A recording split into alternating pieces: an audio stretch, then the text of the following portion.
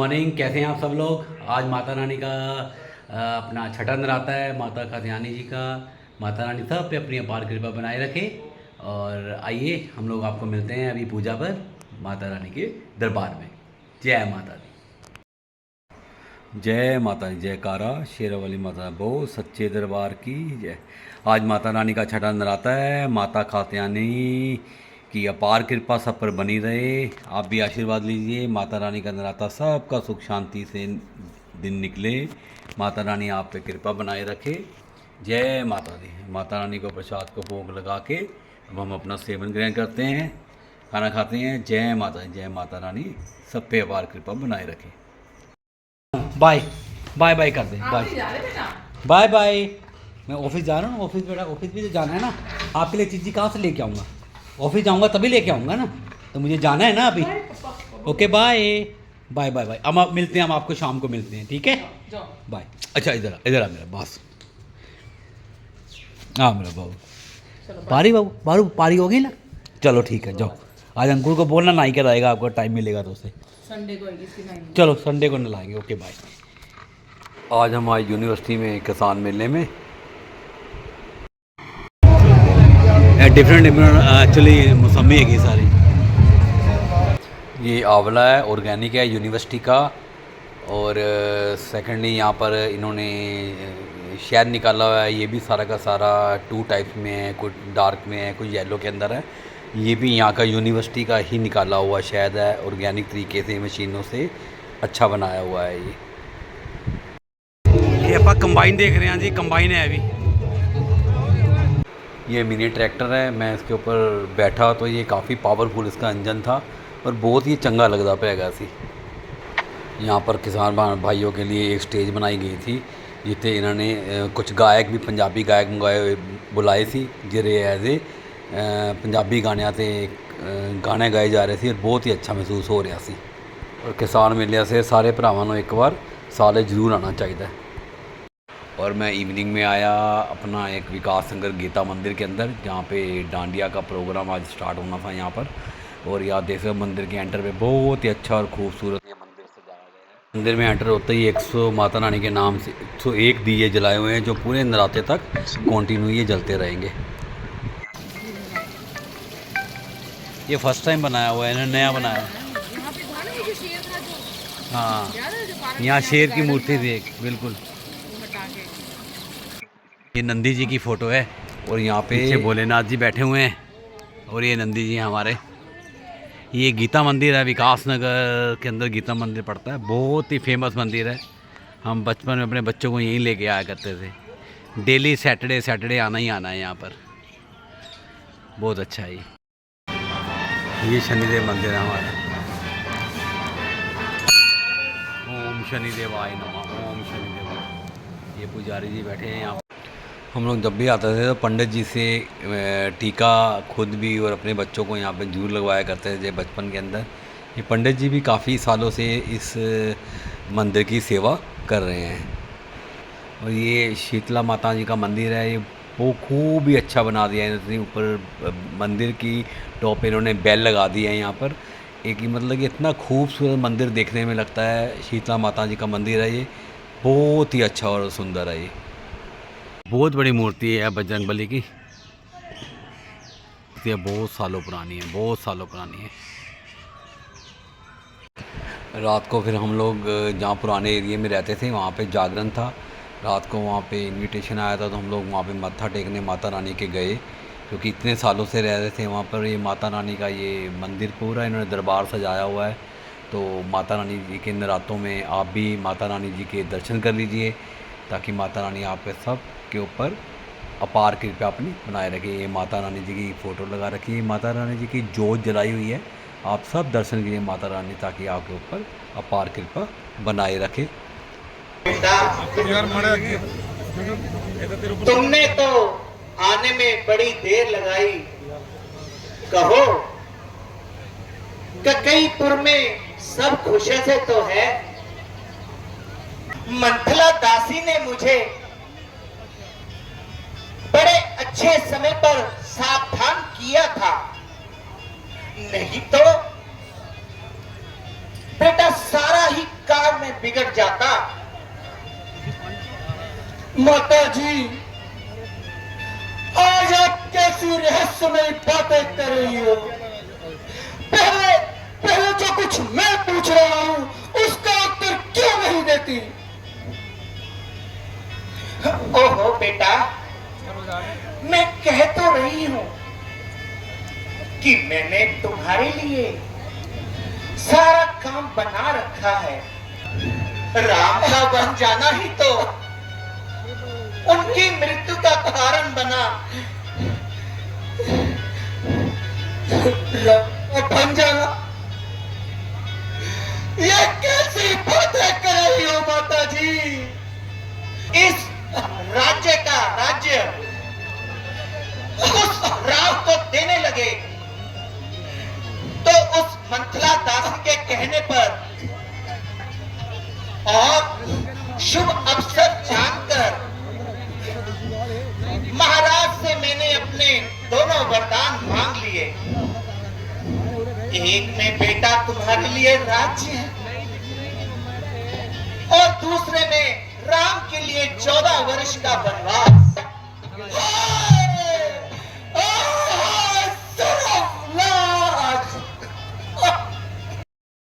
नहीं भरत, लो बेटा, ऐसा ये तुम क्या कहने लगे भरत? ये सब तो मैं तुम्हारे लिए किया था बेटा।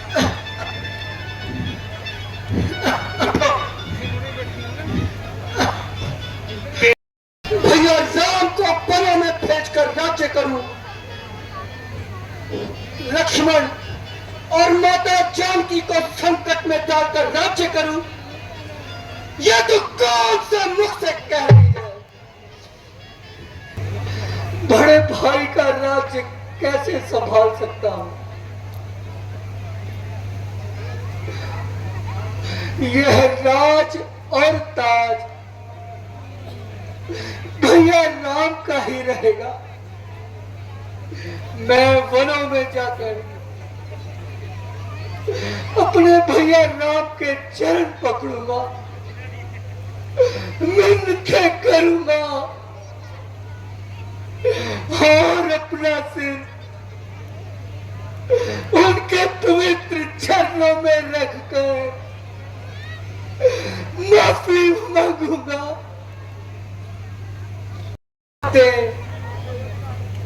मैं अपने बड़े भैया को, माता सीता जी को और भैया लक्ष्मण को जरूर वापस लाऊंगा। मानो घटागिरी चली आ रही है और वह देखो सूर्यवंशी झंडा वायुमंडल में लहरा रहा है। ऐसा प्रतीत होता है कि भरत सेना सहित इधर आ रहा है। तो आने दो चलिए, बहुत देर हो गई भरत से कि भरत को डर रूपी रोग सता रहा है, जो इतनी विशाल सेना लेकर आ रहा है। लक्ष्मण, ये तुम्हारा भय है, ऐसी कोई बात नहीं है। भैया राम, भैया राम, भैया राम, मेरे भैया राम, भूलने के शत्रु में देखा पर मेरे भैया राम, उधर मेरे प्राण है, मेरा प्राणाधार है। भरत जी आ दो। भैया राम, रक्षा रक्षा प्रभु, रक्षा भैया, भैया राम, रक्षा रक्षा भैया राम।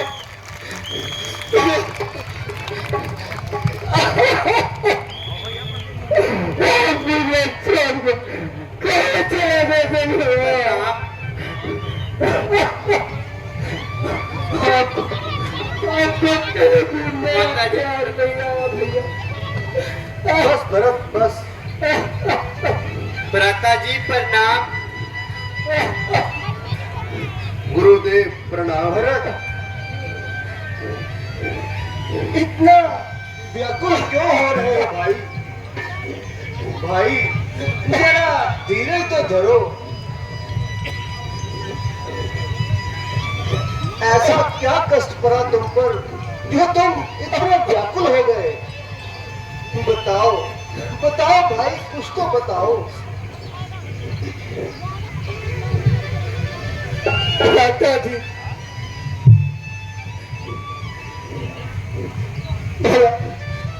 मेरे से क्या अपराध हुआ जो मुझे छोड़कर वन में आ गए? मैं आपके बिना एक पल भी नहीं रह सकता। देखो,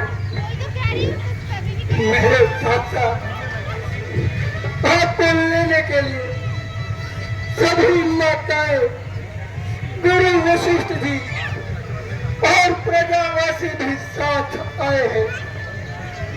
कृपया करके ना अब अयोध्या वापस चलिए। भाई भरत, तुम तो ऐसे ही विलाप कर रहे हो। तुम इतने व्याकुल क्यों हो रहे हो भाई? जरा शांति से काम लो। देखो, कर्म की गति कभी टाली नहीं जा सकती। ठीक है प्रभु, लेकिन मैं आपके बिना एक पल भी जीवित नहीं रह पाऊंगा। आपके बिना मुझे सारा जगत सुना सुना लगता है भैया। मैं आपके पैर पड़ता हूं, जैसे भी हो सके आप बस अयोध्या चलिए भैया।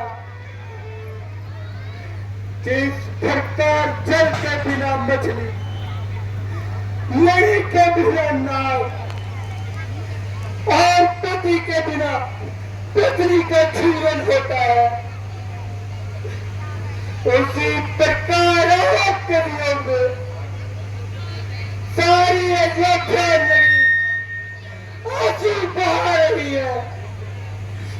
देखो, आपको लेने के लिए हम सभी आए। अब आप हमारा कहना नहीं बोल सकते भैया। देखो भरत, पिताजी का वचन और मेरा वन आना बहुत स्वाभाविक था, इसलिए मैं पिताजी के वचनों का पालन करने के लिए वनों में आया हूं। तुम्हें इतना व्याकुल नहीं होना चाहिए भाई। भैया, माता जी प्रणाम।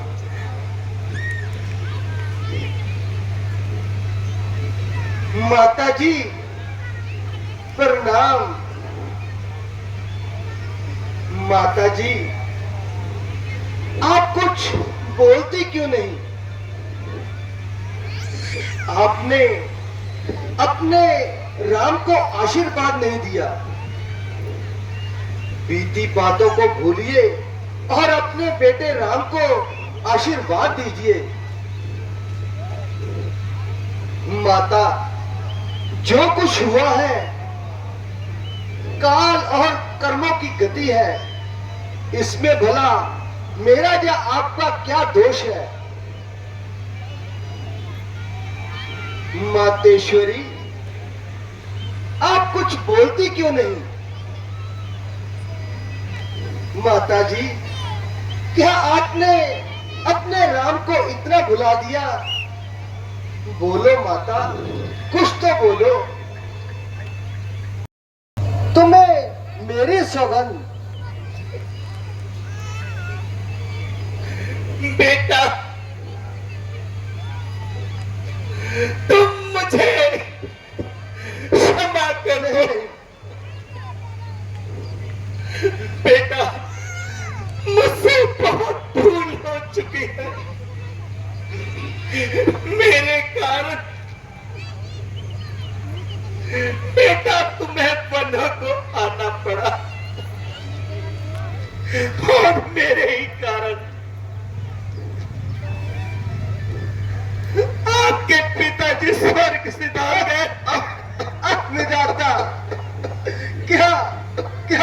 पिताजी स्वर्ग सुधार गए। पिताजी स्वर्ग सिधार गए। बेटा, हे परमात्मा, उनकी छत्र छाया हमारे सिर पे थी, आपने वो सहारा भी छीन लिया।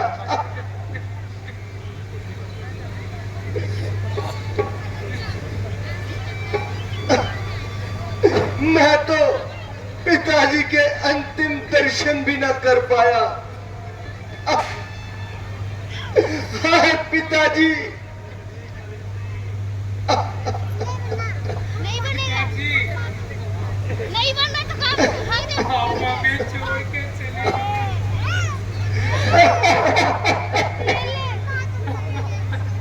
ओ परमात्मा, हमारे सर से छत्र छाया उठ गई। अब हम किसका आशीर्वाद लेंगे? ओ विधाता,